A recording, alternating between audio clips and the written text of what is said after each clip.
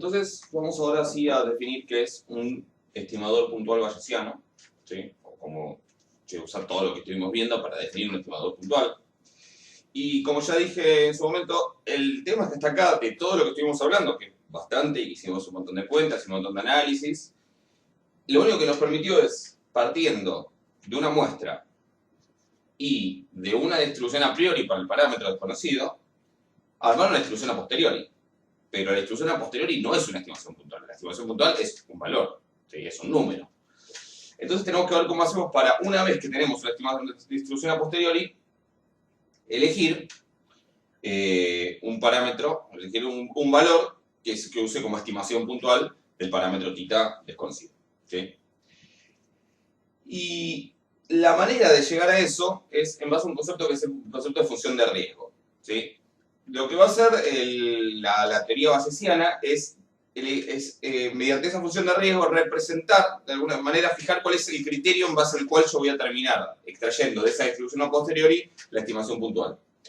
Y esa función de riesgo lo que mide, ¿sí? Es una función que mide el riesgo de estimar el valor real, θ, mediante una estimación A.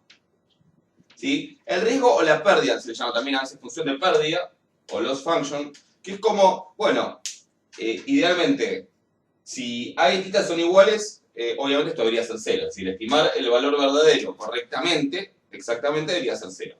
La función de riesgo es una función que me va a medir de alguna manera qué tan grave se va volviendo equivocarme cada vez por más, ya sea en un sentido o en el otro. Ahora después vamos a ver ejemplos de funciones de riesgo razonables, pero para que se den una idea de la función de riesgo, si el valor de θ, en realidad la función de riesgo es una función de dos variables, yo no voy a dibujar acá una función de dos variables, pero lo podríamos pensar como función solo de A dado θ, y lo que uno esperaría de una función de riesgo, si se fija un valor de θ, y ese es el verdadero valor, es que sea algo por el estilo, ¿sí? Que sea 0 si A coincide con θ, ¿sí? Y que a medida que me alejo, crezca, ya sea en un sentido o en el otro. ¿Sí? No sé si se ha llegado a ver bien, en realidad, me parece que no mucho, pero bueno, hice un dibujo así. ¿Ok? Ya sea en un sentido o en el otro, me alejo del verdadero valor de θ, uno espera que ese error es cada vez más grave y crece. Más rápido, más despacio, eso después vamos a ver diferentes ejemplos, vamos a ver básicamente 3 ejemplos que son los clásicos y las conclusiones que se deducen en cada uno de esos casos, pero esta sería un poco la idea de esa función de riesgo. Me mide, bueno, qué tan grave es equivocarme por más o por menos en la estimación de θ. En realidad la función de riesgo es una función de dos variables. Yo acá la estoy tomando como que θ está fijo y la estoy escribiendo solo como función de A, pero en realidad es una función de dos variables, con lo cual sería una función que en el punto que si θ y A son iguales, sobre la recta θ igual A debería valer 0, y fuera de eso debería tomar otros valores. Entonces, después vamos a ver diferentes ejemplos, pero supongamos que eso está dado. ¿Cómo se determina esa función de riesgo? De vuelta, consideraciones que no son de lo más obvias, como lo mismo que cuando elegimos la distribución a priori. Por eso yo digo, no es que ustedes salen con esto y se pueden poner a hacer estadística bayesiana. La idea es que sepan que esto existe. Que existe, que entiendan cuál es la idea básica y que en base a eso, si les interesa, bueno, puedan estudiar más, investigar y eventualmente aplicarlo. Pero no es que tengan herramientas súper completas para aplicarlo, porque obviamente es una introducción, ¿sí? Es una introducción a estadística bayesiana y no busca hacer más que eso. Pero supongamos que mediante alguna consideración yo definí cuál es una función de riesgo que me parece razonable para el problema en cuestión, que tendrá que ver con muchas consideraciones de tipo económico, de tipo financiero, de lo que fuera. Yo elijo esa función de riesgo y básicamente lo que yo voy a querer es elegir como método de estimación, como fórmula de estimación, ¿sí? De vuelta, un estimador va a ser una función de la muestra aleatoria que no dependa del parámetro que quiero estimar, es simplemente eso, tiene una función g de x, y vamos a querer que haga que esto sea chico. ¿Cuál es el problema? Que un estimador en realidad es una variable aleatoria y por lo tanto a veces va a tomar ciertos valores, a veces va a tomar otros. Peor, en realidad el valor de θ es aleatorio, con lo cual en realidad esta cantidad, riesgo de θ, riesgo de estimar θ con el estimador g de x, o con esta expresión, con este estadístico, R, el riesgo de θ g de x, es una variable aleatoria en sí mismo, ¿sí? Entonces lo que se suele tomar como criterio es tratar de que esa variable aleatoria riesgo sea lo menor posible que sea lo menor posible su esperanza, es decir, que el valor esperado sea lo menor posible. Entonces, un estimador bayesiano va a ser justamente la expresión que yo tengo que poner acá para que esta variable de riesgo tenga la menor esperanza posible. Un estimador bayesiano de θ es el estadístico que minimiza el riesgo esperado. Es decir, g de x es un estimador bayesiano de θ para la función de riesgo R, si para cualquier estimador h de x, o sea cualquier otro en principio, vale que la esperanza del riesgo de estimar θ con g de x es menor o igual a la esperanza del riesgo de estimar θ con h de x. ¿Ok? En ese sentido, digamos, minimiza el riesgo esperado. ¿Sí? Fíjense, detalle, esto, digamos, nosotros no vamos a hacer las cuentas, así que tampoco es para que se preocupen demasiado, pero el detalle es que, y lo aclaro, esto es función de θ y de x, o sea, de θ y de la muestra, ¿sí? De θ como pensada como variable aleatoria en este contexto bayesiano, y de la muestra, por lo tanto, el cálculo de la esperanza involucra la distribución conjunta de θ y de la muestra. ¿Sí? Pero bueno, básicamente esa es la definición, y lo que vamos a hacer ahora es analizar para diferentes funciones de riesgo cuál es la manera de elegir el estimador bayesiano. En realidad vamos a ver, como no nos vamos a profundizar demasiado este tema, lo que vamos a elegir son 3 funciones de riesgo bastante usuales y razonables, y vamos a simplemente mencionar, no voy a hacer la demostración, de cuál es el estimador bayesiano que surge en cada caso. ¿Sí? Después van a ver que los ejercicios de la guía en este sentido son relativamente sencillos. Básicamente me dicen, bueno, si tenés, ¿cuál va a ser el estimador bayesiano si tenés tal función de pérdida? La función de pérdida va a ser una de esas 3 que vamos a ver. ¿Sí? O la función de riesgo, que es lo mismo que la función de pérdida. Eso básicamente lo vamos a ver solamente así. En un contexto más general, si apareciera una función de riesgo que no sea una de esas 3 que voy a mencionar ahora, habría que hacer un análisis un poco más detallado. ¿Ok? Bueno, entonces entre los ejemplos vamos a ver 3. ¿Sí? El primero se denomina pérdida cuadrática. ¿Sí? Y se denomina pérdida cuadrática a la función básicamente r de θ a igual θ menos a al cuadrado. R no cambia nada si esto lo multiplico por alguna constante, o sea que básicamente lo esencial es que tenga esta forma. ¿Qué es lo que hace una pérdida cuadrática? Bueno, básicamente, si uno grafica, es para, básicamente, si lo graficamos como antes, ¿no? Fijando el valor de θ, el gráfico es una parábola, ¿sí? Que alcanza el mínimo. Si lo grafico solo como función de A, digamos, eso sería R solo como función de A con el valor de θ fijado. El mínimo se alcanzaría cuando A es igual a θ, ¿sí? Cuando le pego, cuando es correcta la estimación. Y a medida que me alejo, es cada vez mayor, independientemente que sea por un lado o para el otro. Es simétrico además, no importa si le agarro de más o de menos. Y lo que tiene que estar al cuadrado es que básicamente cuanto más me alejo, más grave es el error y es proporcionalmente mayor, en realidad. Yo le erro por 1, el error es 1, pero si le erro por 2, el error es 4, y si le erro por 3, el error es 9, el riesgo es 9. ¿Sí? O sea que en realidad crece cada vez más rápido. Eso es diferente de lo que se llama la pérdida lineal. Ah, bueno. Qué sé yo, magia. Es diferente de lo que se llama la pérdida lineal, ¿sí? Donde simplemente se toma el módulo de θ menos A. ¿Por qué se suele tomar mucho el cuadrado? Bueno, porque hace las cosas positivas. El módulo también lo hace. Pasa que el cuadrado muchas veces es más fácil de manejar porque esta función es derivable y esta función no es derivable. ¿Sí? La pérdida lineal, eso es un motivo que ya vamos a ver varias veces, creo que ya charlamos de esto, porque muchas veces hacen las cosas con el cuadrado y no con el módulo. Pero la verdad es que nunca, en cada caso uno debería evaluar cuál tiene más sentido para el problema en cuestión. En una pérdida lineal, el riesgo es proporcional al error. ¿Sí? A diferencia de la pérdida cuadrática, donde el riesgo es más que proporcional al error a medida que me voy alejando. ¿Cuál tiene sentido en cada caso? Habrá que analizarlo, insisto. ¿Sí? No es algo del todo claro. También uno podría pensar en una pérdida, no vamos a ver ese caso, pero uno podría pensar en una pérdida en donde equivocarme por exceso sea mayor que equivocarme por defecto, entonces yo tendría que tener algo de este tipo. Si equivocarme por exceso es más grave, cuando me equivoco para allá, cuando va a medida más grande debería crecer más rápido que cuando a medida más chico. ¿Sí? Eso también sería una posibilidad. No es este el caso, pero uno podría tener una situación en la que quiera algo por el estilo. O sea que existen infinitas posibilidades. Nosotros vamos a ver solamente 3, de las cuales la tercera es la llamada pérdida discreta o riesgo discreto.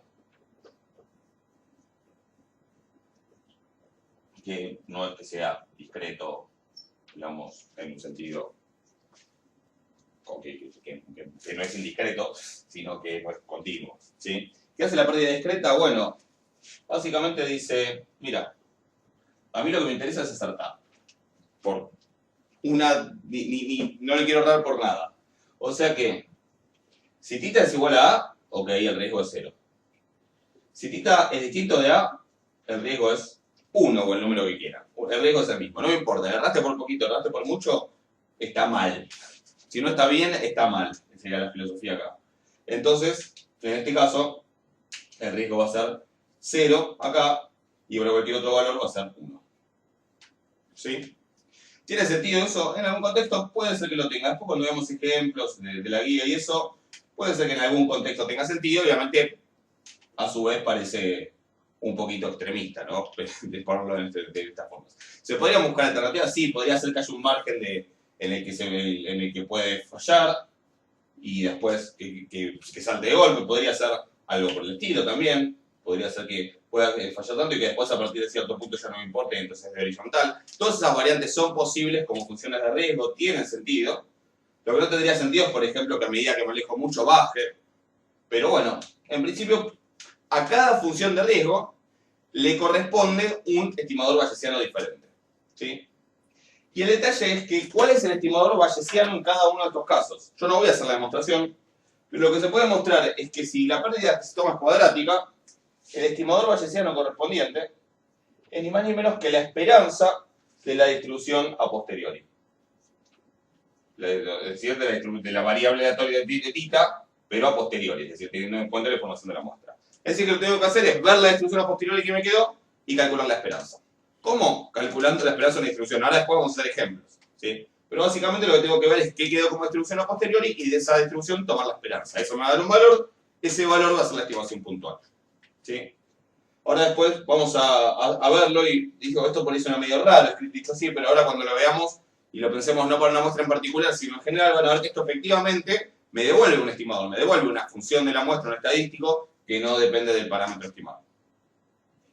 Para el caso de la pérdida lineal, se puede probar, de vuelta, no estoy haciendo las cuentas, pero se puede demostrar que el estimador bayesiano correspondiente es la mediana de la distribución a posteriori. O sea, la mediana de la variable aleatoria de la distribución de θ condicional a x. ¿Sí? Y finalmente, para el caso de la pérdida discreta, el estimador bayesiano es, y acá se lo dejo por quieren para que adivinen, pero no es que lo tienen que adivinar, no es que lo van a adivinar por algo que sepan, lo van a adivinar porque si digo esperanza y digo mediana, ¿quién falta invitar a la fiesta? Bueno, se imaginarán o no.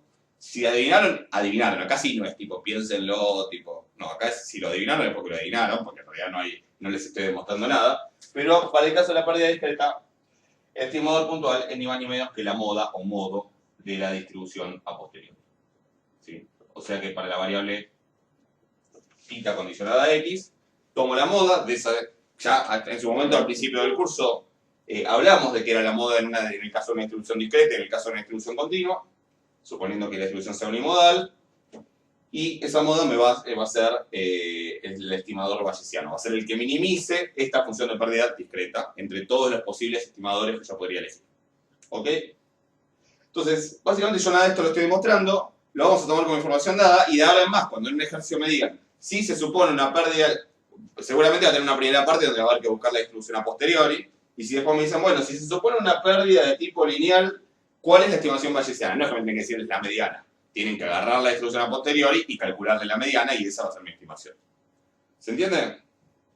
Entonces vamos a retomar los ejemplos que estuvimos viendo y si nos queda tiempo algún otro, pero por lo menos los que estuvimos viendo, y en base a eso resolver las segundas partes, los puntos B de esos ejercicios que estuvimos viendo, que justamente tienen que ver con la estimación puntual usando estos conceptos. ¿Sí? Como les digo, es algo muy introductorio, no estoy entrando en detalles en demostraciones, pero es para que vean más o menos cómo se maneja la metodología bayesiana a la hora de hacer estimación puntual. Vamos a ver el ejercicio 5b. Nosotros habíamos hecho el ejercicio 5a recién. Bueno, en la primera parte de la clase. Y teníamos, en realidad, la distribución era Bernoulli. ¿Por qué? Porque en realidad estábamos midiendo a quienes les parecía bien algo y a quienes no. Era un sí, por un no, y eso cuando lo pienso como una muestra aleatoria, lo pienso como que viene una distribución de Bernoulli, donde entonces la suma de x y me da la cantidad de éxitos o la cantidad de respuestas por sí, y n menos suma de x y me da la cantidad de respuestas por no. Acá n era 10, y tenía en total, bueno, 6 que estaban a favor y 4 que estaban en contra. Perdón, acá yo puse tita, pero no es tita. Nuestro parámetro era el parámetro P o ρ, si quieren, de la distribución de Bernoulli, que sería ρ mayúscula. Y a priori suponíamos una distribución uniforme 0,1, que dijimos que era equivalente a decir una distribución beta 1,1. Y a posteriori me terminaba dando entonces una distribución beta 7,5, porque básicamente se sumaba la suma de xy al alfa 0 y n menos la suma de xy al beta 0, que sería en los dos casos 1. O sea que esta es mi distribución a posteriori. Ya que estamos, recordemos que entonces en ese caso la distribución, si esta es la distribución a posteriori, que es continua, la distribución a posteriori es su función de densidad, sería la constante que va al principio, que mucho no nos va a importar, pero digamos algo, que es básicamente gamma de alfa más beta sobre gamma de alfa por gamma de beta, si no me equivoco, por la variable, que en este caso es ρ en vez de x, a la alfa menos 1, o sea, ρ a la sexta, por 1 menos ρ a la 5 menos 1, es decir, 1 menos ρ a la cosa. Eso sería, y acá diría, y esto es un número, es el número necesario para que esto integre 1, ¿ok? Entonces, en el ejercicio B lo que me dice es que si se supone riesgo o pérdida cuadrático. ¿Sí? Como estuvimos viendo antes. Y entonces hallar la estimación bayesiana. O sea, hallar el estimador bayesiano de ese parámetro P o ρ. Y acá no hay mucho que pensar. ¿Sí? En todo caso lo que hay que hacer es ver cómo va la cuenta. Pero digo, si el riesgo cuadrático, ¿cuál es la estimación bayesiana? Dijimos, es la esperanza de la distribución a posteriori. Es la esperanza de esta variable aleatoria que tiene distribución beta 7,5. Entonces, opción 1 es usar esto para calcular la esperanza. Opción 2 es recordar algo sobre la distribución beta. En la distribución beta, la esperanza, ¿sí? En la distribución beta, alfa beta, la esperanza de x es alfa sobre alfa más beta. ¿Sí?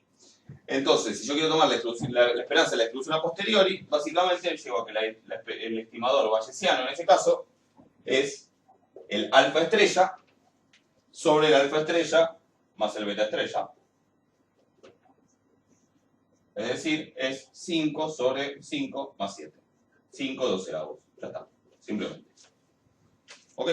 Obviamente podría integrar esto, sí, tendría que buscar primero el valor de K y podría integrar esto multiplicado por ρ, diferencial ρ, y eso me va a dar el mismo valor. ¿Integrado cuánto? Entre 0 y 1, que es, a ver, esto es obviamente para ρ entre 0 y 1. Si fuera del 0 a 1, esto vale 0. ¿Estamos de acuerdo? Podría ponerlo con una llave, pero bueno, no quería hacerlo. Acá sería tan simple como eso. ¿Ok? Y eso sería la respuesta del ejercicio 5. Lo que vamos a hacer es, para complejizar un poquito más, hacer algo distinto, es ver qué pasa si supongo en vez de un riesgo cuadrático, un riesgo discreto. O sea, una pérdida discreta. Si supone el riesgo discreto, esto no lo pide el ejercicio, pero lo agrego yo. Si quieren llamémoslo C, o nada, o B asterisco, B prima. Si supone un riesgo discreto, yo quiero hallar el estimador bayesiano de ρ. ¿Cómo lo voy a hacer? Bueno, voy a tener que ahora, según todo lo que dijimos antes, encontrar la moda de la distribución a posteriori de ρ. ¿Cómo voy a buscar la moda? Bueno, yo tengo una cierta función de densidad, en este caso, que va a tener una forma así, más o menos. 0 acá, 1 acá. Y lo que puedo hacer es ver dónde se alcanza el valor máximo. ¿Sí? Y esa va a ser la moda. ¿Ok? Entonces lo que puedo hacer es simplemente tomar esta expresión.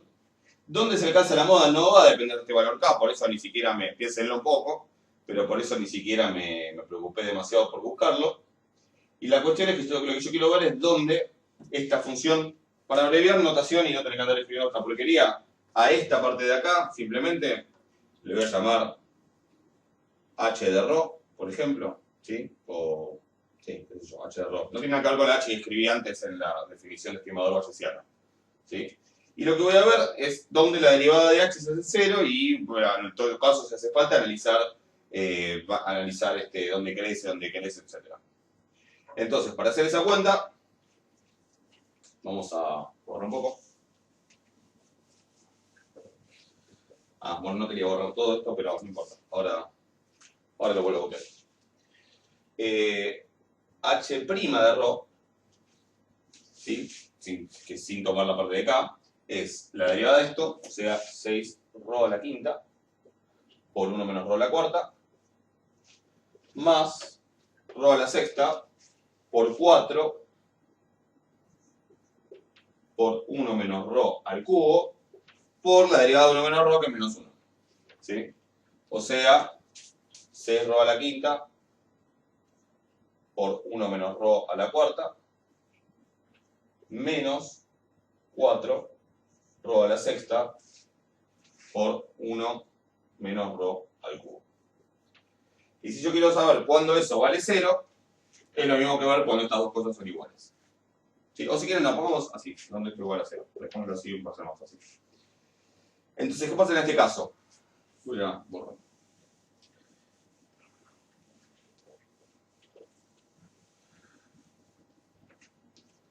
Yo puedo sacar factor común, rho a la quinta y 1 menos rho al cubo. Si se fijan, o sea, saco rho a la quinta por 1 menos rho al cubo. 1 menos rho todo al cubo por, y me queda 6. El rho a la quinta se fue, acá me queda por 1 menos rho. Y acá me queda menos 4 rho. Uno solo me queda y el 1 menos rho al cubo se fue. Y esto tiene que ser 0. Esto va a ser 0 si posibilidad 1, rho es igual a 0. Posibilidad 2, rho es igual a 1. Posibilidad 3, que esto sea 0. ¿Sí? Y esto se hace 0 cuando 6 menos 6 rho, bueno, puse rho 6, menos 6 rho, menos 4 rho es igual a 0. O sea, menos 10 rho, paso para allá, dividiendo 6 décimos, 3 quintos. Como se imaginarán, la respuesta es esta. Si quieren, lo que pueden hacer es analizar el signo de la derivada, cuando sube, cuando baja, pero básicamente en 0, la derivada vale 0 porque empieza así, después crece, en 3 quintos alcanza el máximo, y después decrece, y en 1 termina de vuelta pegándose, pero ahí básicamente serían mínimos. ¿Sí? Analicen, hagan condiciones de segundo orden, etcétera, si quieren, van a ver que el máximo se alcanza en 3 quintos. ¿Sí? ¿Cuál sería la estimación bayesiana? Si supongo una pérdida discreta, 3 quintos. ¿Ok? ¿Obtengo una distinta? Sí, obtengo una distinta. ¿De qué depende? De que tomé una función de riesgo distinta, porque en este caso me pareció que era razonable suponer una función de riesgo distinta. Entonces, según la función de riesgo que elijo, obtengo una estimación distinta. ¿Me puede decir alguien? Sí. Y en los métodos clásicos, según el método de estimación que elijas, puedes obtener una estimación distinta. Tal cual. O sea, en realidad, es cuestión de hacer las cosas a conciencia y sabiendo que efectivamente las decisiones que yo tomo influyen en el resultado. ¿Sí? Si uno tiene claro eso, es completamente válido. ¿Sí? Y si uno tiene claro por qué eligió un riesgo discreto o uno cuadrático y por qué uno sí y el otro no, también eso es completamente válido. ¿Sí?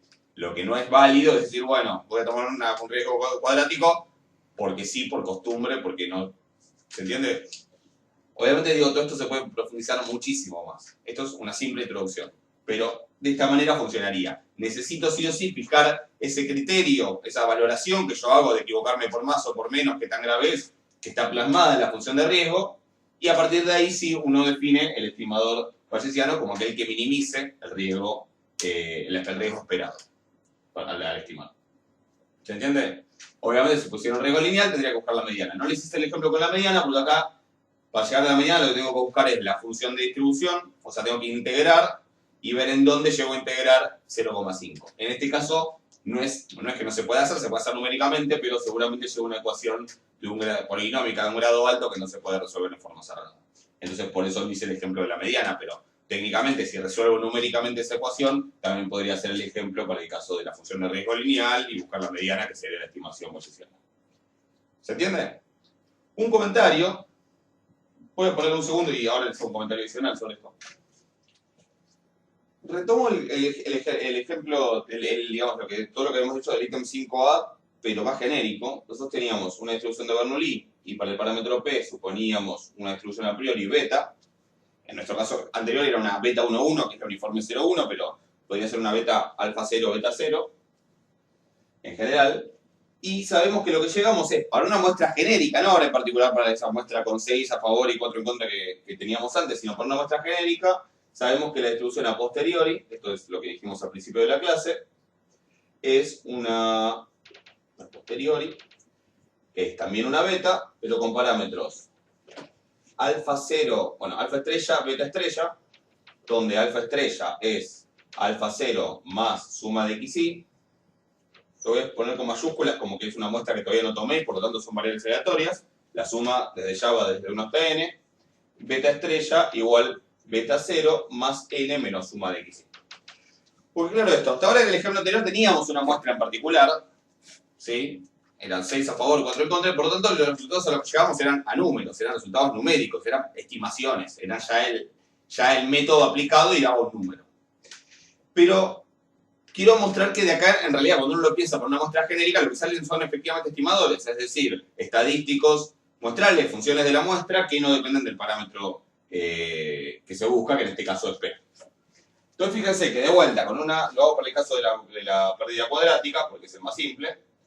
Si supongo una pérdida cuadrática, el estimador bayesiano dijimos que en este caso iba a ser la esperanza de la distribución a posteriori, que va a ser alfa estrella sobre alfa estrella más beta estrella. O sea, alfa 0, que si quieren, en el caso, podríamos poner el 1 acá y el 1 acá de antes. Es decir, es un número que en cada caso va a estar dado una vez que yo determine la distribución a priori. Y va a ser entonces alfa 0 más suma de xi sobre alfa estrella más beta estrella. Alfa estrella más beta estrella, si hacen la cuenta, para ahorrar, es alfa 0 más beta 0 más n, porque estos dos se me cancelan. Alfa 0 más beta 0 más n. ¿Ok? Si se fijan, esto efectivamente, y de hecho en el caso anterior, para una muestra genérica de tamaño tanto, sería 1 más suma de xi, 2 más n, o 2 más 10 en el caso anterior. O sea que efectivamente es una función solo de la muestra, todos estos van a ser valores dados, solo de la muestra aleatoria, y no del parámetro que busco.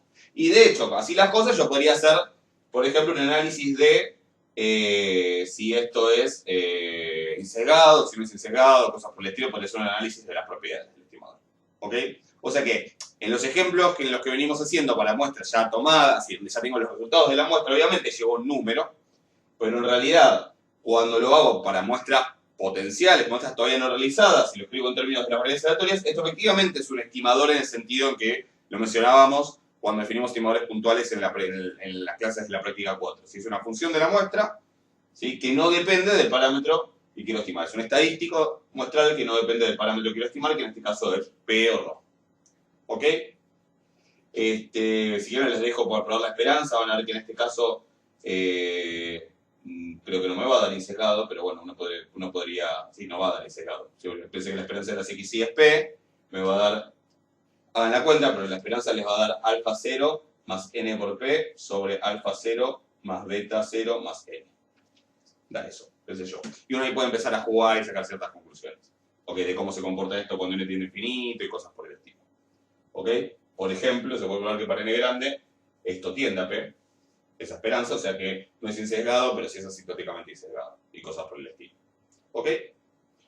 Bueno, ese era el comentario que quería hacer para que vieran eso. Efectivamente sí son estimadores. Nosotros veníamos haciendo estimaciones porque ya teníamos datos de una muestra, pero si uno lo hace para muestras genéricas, efectivamente son estimadores y son un método más, obviamente con toda una perspectiva y un trasfondo diferente, pero que también llevó a estimadores puntuales en el mismo sentido que lo habíamos definido anteriormente. ¿Ok? Bueno, y vamos a ver ahora el ejercicio 2b, ¿sí? Nosotros habíamos hecho el 2a, era esta distribución continua, cuyo parámetro k podía tomar cualquier valor natural, y por el cual habíamos suponido, bien, todo bien. Por suerte ya termina esto porque se ve ya andando bien. Habíamos supuesto, a priori, una distribución en la que solamente podía tomar los valores 1, 2 o 3 con probabilidades 1 medio, 1 cuarto, 1 cuarto. ¿Sí? Pero habíamos usado una muestra de tamaño 3 en particular para hallar la distribución a posteriori, que era básicamente esta. Cada una de estas probabilidades por 1 y 3. No suma 0,999 por un tema de redondeo, pero si quieren lo acomodan, si no, no. Y entonces la idea es que en el ejercicio B me dicen, bueno, para la muestra hallada, para la distribución a posteriori hallada, hallar la estimación bayesiana para el caso de una pérdida discreta, una pérdida lineal y una pérdida cuadrática. ¿Sí? Entonces, básicamente, para el caso de pérdida discreta, ya sabemos lo que tenemos que hacer. Tenemos que calcular la moda. ¿Sí? ¿Cuál es la moda? Digamos, en este caso, por el parámetro K, va a ser el estimador bayesiano de K. Sombrero Bayes. Va a ser la moda. ¿Qué es la moda en una distribución discreta? Bueno, el valor con la mayor probabilidad puntual. O sea, la respuesta es 0,471. Se me cayó esto. Pero no, la respuesta no es 0,471 si estaban por contestar que sí. No sé la verdad si van a contestar eso o no. 0,471 es la mayor probabilidad, la moda por lo tanto es 1. O sea que en ese caso la estimación bayesiana sería 1. ¿Ok? Para una pérdida lineal,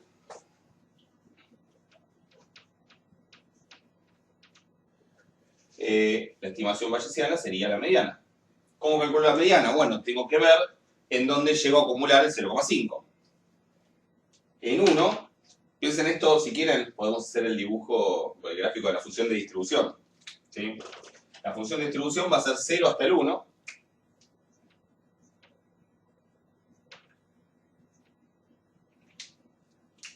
El 1 va a ser 0. En 1 va a pegar un salto de ¿cuánto? De 0,471. Supongamos que acá está el 0,5, ¿sí? De la mediana. Vamos a ponerlo mejor. Supongamos que acá está el 0,5. Y acá está el 1. Va a pegar un salto de 0,471, o sea que va a quedar apenas por debajo del 0,5. ¿Sí? Una vez que, o sea, va a estar por acá. Una vez que se mantiene constante hasta el 2, y una vez que llega hasta el 2, le suma 0,332, que básicamente llega cerca de 0,8, o sea, por acá más o menos. Bueno, y a partir de ahí se mantiene constante hasta el 3, donde pega el salto y después un salto más chico y llega hasta 1. Ese sería el gráfico de la función de distribución. Cada uno de estos saltos es cada una de estas tres probabilidades. Entonces, ¿en dónde se alcanza el 0,5? Bueno, fácil. 0,5 se alcanza en el 2. ¿Sí? El 2 es la mediana. Si tomo una pérdida lineal, correspondería a tomar como estimación bayesiana el valor 2. ¿Ok? ¿Da distinto? Sí. ¿Por qué? Porque estoy evaluando de forma distinta, riesgo de equivocarme por más o por menos. Mientras acá es inaceptable cualquier tipo de error, acá un error pequeño sí es aceptable y entonces llego a otra solución. Digamos, funciona de esa manera. ¿Qué pasa para el caso de una pérdida cuadrática? Bueno, para el caso de una pérdida cuadrática tengo que buscar la esperanza de la distribución. Como tengo la tabla de valores, la esperanza no es muy complicada. ¿Sí? El estimador bayesiano en este caso. A ver, voy a escribir. Bien. El estimador bayesiano va a ser básicamente la esperanza. ¿Cuánto va a ser la esperanza? 1 por 0,471 más 2 por 0,332 más 3 por 0,196. No sé, revisen ustedes la cuenta, yo sé que esto da 1, algo. Y fíjense que en este caso no me da uno de los posibles valores. ¿Por qué? Porque la esperanza en una distribución discreta no tiene por qué ser uno de los valores del rango. Si me va a dar 1, algo, me va a dar, creo que 1,4, algo por el estilo. ¿Sí? No importa, esa sería la estimación bayesiana en el caso de que uno suponga una pérdida cuadrática. Es tan simple como eso, ¿sí? ¿Por qué? Porque tenemos todos estos resultados previos que no probamos, de que en el caso de la pérdida cuadrática corresponde la esperanza a la distribución a posteriori, en el caso de la pérdida lineal la mediana, y en el caso de la pérdida discreta la moda. Obviamente si yo les diera una función de pérdida que no fuera ninguna de las que vimos, no podrían resolverlo, porque no estamos viendo efectivamente cuál es el proceso para determinar cuál es en cada caso lo que corresponde, sino que les estoy dando el resultado ya sin demostrar. Pero para que tengan una idea, esta es la manera en la que funciona. ¿Ok? Entonces, para terminar, vamos a hacer un ejemplo más de nuevo completo, y eso va a ser lo último que vamos en esta clase, y de Bayes por ahora, hasta que veamos intervalos de confianza y hablemos de intervalos creíbles. ¿Sí? Bueno, para terminar vamos a hacer el ejercicio 3, ¿sí? Ahora les voy a contar por qué elegí el ejercicio 3, pero básicamente el ejercicio 3 hace referencia al ejercicio 9 de la práctica 4, que es un ejercicio, que es el primero de máxima verosimilitud, que es un ejercicio como medio introductorio, donde lo que tenemos es una distribución, una variable x con una distribución discreta, ¿sí? Esas x tienen rango 1, 2 y 3, no, perdón, 0, 1 y 2, y la función de probabilidad puntual, escrita en una tablita, como sabemos hacer en estos casos, es, bueno, 0, 1 y 2 con ciertas probabilidades, pero como en un ejercicio de estimadores puntuales, esas probabilidades no doy directo los valores, sino que esos valores dependen de un parámetro que en este caso se llama alfa. El parámetro alfa, ese parámetro alfa aparece de esta manera, y alfa es un valor entre 0 y 1 medio. ¿Sí? Es decir, que si alfa es 0, las probabilidades son 0, 0 y 1. Fíjense que estas tres cosas efectivamente suman 1, alfa más 1 menos 2 alfa. Si alfa es un medio, esto es un medio, 0. Si alfa es un tercio, esto será un tercio, un tercio, un tercio, y así. ¿Ok? Para diferentes valores de alfa entre 0 y 1 medio, esto da una distribución de probabilidad. Quiero estimar alfa, en la práctica 4 pueden ver, el ejercicio era para determinadas muestras cómo hacer la estimación por el método de máxima verosimilitud, un método clásico, y en esta guía queremos hacer una estimación pero usando un método usando la metodología bayesiana, asumiendo primero que tomé una muestra que resultó ser los valores 2, 1 y 1, es decir, una muestra de tamaño 3, donde la primera observación fue 2, la primera fue 2, la segunda fue 1 y la tercera fue 1, si mal no recuerdo. ¿Sí? Y asumiendo a priori, para el parámetro alfa, que como mayúscula es la alfa mayúscula, que es como la A, ¿sí? Asumiendo a priori una distribución uniforme en el intervalo 0, 1 medio, que es de los valores que puede tomar el parámetro. ¿Sí? Es decir, una a priori no informativa. ¿Por qué puse este ejemplo? Porque hasta ahora vimos, bueno, un montón de ejemplos cuando hablamos de las priori conjugadas, donde teníamos el parámetro continuo, ¿sí? Pero este ejemplo es un poco más raro, digamos. Digamos, por empezar, o sea, va a ser también un caso discreto y parámetro continuo, como cuando vimos la Bernoulli, pero este no me va a dar priori conjugadas. Entonces acá hay que hacer un poco más las cuentas, ¿sí? Sin andar pensando en priori conjugadas ni nada por el estilo. Entonces, lo que vamos a hacer es primero ver que obviamente la función de la densidad a priori para A, que es esta, ¿sí? Como para alfa, perdón, esto es alfa mayúscula, la densidad a priori para alfa es simplemente un valor para alfa entre 0 y 1 medio y 0 si no. Y ese valor, recuerden que es 1 sobre b menos a, que en este caso es 2, simplemente. ¿Sí? 1 sobre 1 medio menos 0. O sea que esta es la a priori. Y la función de probabilidad conjunta de la muestra, ¿sí? La función de probabilidad conjunta condicional al valor de alfa, para esta muestra de 2, 1, 1 que obtuvimos, es básicamente la probabilidad de que x1 sea 2, que es 1 menos 2 alfa, por la probabilidad de que x2 sea 1, que es alfa, por la probabilidad de que x3 sea 1, que es alfa. ¿Por qué? Por independencia, porque es una muestra aleatoria. Simplemente es multiplicar esos valores. O sea que es alfa cuadrado por 1 menos 2 alfa. ¿Ok? El ítem A lo que me pide es buscar la función de la distribución a posteriori, es decir, buscar la densidad a posteriori. Y para alfa, la densidad a posteriori es la densidad de alfa condicional a los valores de la muestra, que son estos, 2, 1 y 1. Y bueno, la densidad a posteriori básicamente es proporcional. No voy a escribir la raíz, porque la integral, porque sabemos que la podemos hacer después al final, la integral. O sea que es proporcional, quiero escribir proporcional y no lo escribo, no sé qué pasa, está, a, como dijimos en su momento, esto por esto, ¿sí? La distribución de la muestra por la a priori. O sea que básicamente es proporcional a, para alfa entre 0 y 1/2, es proporcional a 2 por alfa cuadrado por 1 menos 2 alfa. Y para, si no, es proporcional a 0. 0 por esto. ¿Ok? Se me dará algo en intervalo 0 y 1/2 y fuera de eso, nada. Y está bien porque alfa es un parámetro que toma valores entre 0 y 1/2. En forma continua. ¿Sí? Entonces, lo único que me falta acá para poder decir quién es la densidad es sacarme encima esta proporcionalidad. ¿Cómo hago para sacarme encima esa proporcionalidad? Bueno, puedo decir, acá tiene que ir una cierta constante, que sale básicamente de integrar. Yo no voy a hacer la cuenta, pero básicamente, si les escribo qué integral habría que hacer, bueno, si lo quieren dejar escrito así, con el 2 y la k, sería la integral de 2k por alfa al cuadrado por 1 menos 2 alfa, diferencial alfa entre 0 y 1/2, que es porque en realidad sería de esto entre menos infinito y más infinito, pero obviamente la parte que importa es entre 0 y 1/2. Esta integral la tengo que igualar a 1. Y si uno resuelve esta integral, que es un polinomio, hay que hacer las cuentas. Estos constantes salen afuera, es un polinomio, se hacen las cuentas, se habla en 1/2, en 0, barra, etc. Y termina dando que k tiene que ser 48, si mal no recuerdo. Sí, k tiene que ser 48, por lo tanto, si pongo 48 por 2, la densidad me queda igual a 96 alfa cuadrado por 1 menos 2 alfa para alfa entre 0 y 1/2. Simplemente es eso. Y 0 si no. ¿Ok?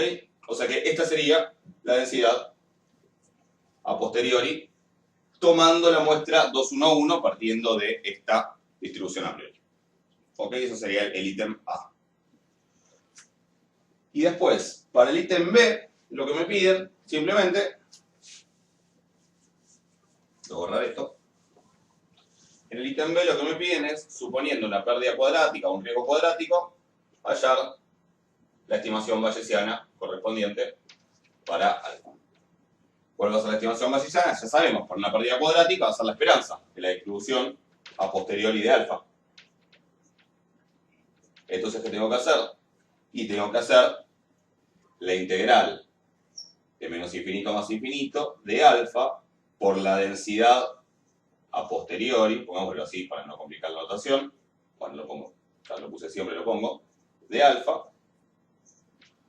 o sea, la integral entre 0 y 1/2 de 96 por alfa, de alfa por esto, que sería 96 por alfa al cubo por 1 menos 2 alfa, diferencial alfa, y yo hice esa cuenta y me dio 0,3 y esa va a ser la estimación bayesiana para alfa.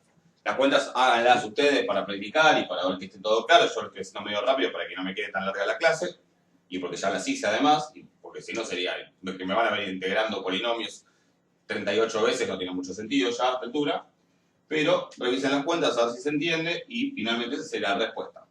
Si tuviera una pérdida cuadrática tendría que buscar la mediana. En este caso, insisto, con polinomios de grado alto se complica hacerlo en forma cerrada, aunque se puede hacer en forma numérica, aunque eso excede un poco el contenido del curso, pero si saben temas de análisis numérico pueden intentarlo. Y si tuvieran una pérdida discreta, tendrían que buscar la moda, para lo cual sabemos que lo que hay que hacer es buscar donde esta función alcanzó un máximo. Eso lo pueden hacer tranquilamente, si quieren se lo dejo como ejercicio adicional, aunque no lo pide el ejercicio de la guía. ¿Ok? En las clases prácticas podemos hacer el resto de los ejercicios de la guía. ¿Sí? Traten de avanzar. Con esto, con todo lo que vimos, en principio se puede completar toda la práctica 5. Bayes vuelve a aparecer fugazmente en la práctica 7, si no me equivoco, de intervalos de confianza, en los ejercicios del final que hablan sobre intervalos de credibilidad. El tema lo vamos a ver cuando veamos intervalos de confianza, lo vamos a ver también en la versión bayesiana, con los intervalos de credibilidad, pero básicamente la idea es que ahora, de esa distribución a posteriori que obtengo después de aplicar la fórmula de Bayes, en vez de tratar de extraer un número, como en este caso, lo que vamos a tratar es de extraer un intervalo con determinadas características. Eso lo vamos a charlar más adelante. Por ahora estaríamos. Y lo que vamos a ver en la próxima clase es una introducción al modelo lineal. Y básicamente vamos a hacer el planteo general del modelo lineal y vamos a hablar del modelo lineal con una variable explicativa y con varias, que se hace en forma matricial. Si tienen dudas respecto del producto de matrices, inversa de una matriz, cosas por el estilo, repasen, es importante. La forma matricial medio que es la única que nos queda para poder tratar un caso bien general.